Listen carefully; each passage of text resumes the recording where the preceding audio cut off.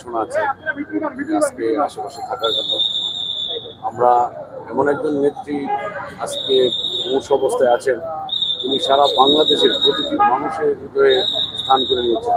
বাংলাদেশের সর্বকালের সর্বশ্রেষ্ঠ জনপ্রিয় নেত্রী।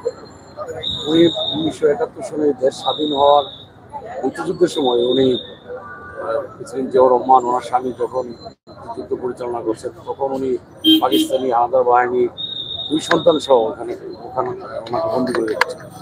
পরবর্তীতে 1981 সালে জিয়াউর রহমান শহীদ হওয়ার পরে উনি বিএনপি রাজনীতিতে আসেন এবং পরবর্তীতে উনি 3বার প্রধানমন্ত্রী হন। ওনার সারাটা জীবন এই দেশ এবং এই দেশের মানুষের জন্য বিলিয়ে দিয়ে গেছেন। উনি একমাত্র নেত্রী, আপোষহীন নেত্রী, কোনো অন্যায়ের সাথে কোনোদিন আপোষ করেননি। উনিই বলেছেন যে বিদেশে আমার কোনো ঠিকানা নেই, এই দেশ এবং এই দেশের মানুষই আমার ঠিকানা। আমাকে যত অত্যাচারই করা হোক, আমাকে যত হুমকি ধামকি দেওয়া হোক, আমি বিদেশে যাব না। এরকম একজন নেত্রী এই বাংলাদেশে আর কোনোদিন আসবে কিনা আমরা জানি না। আমরা আমাদের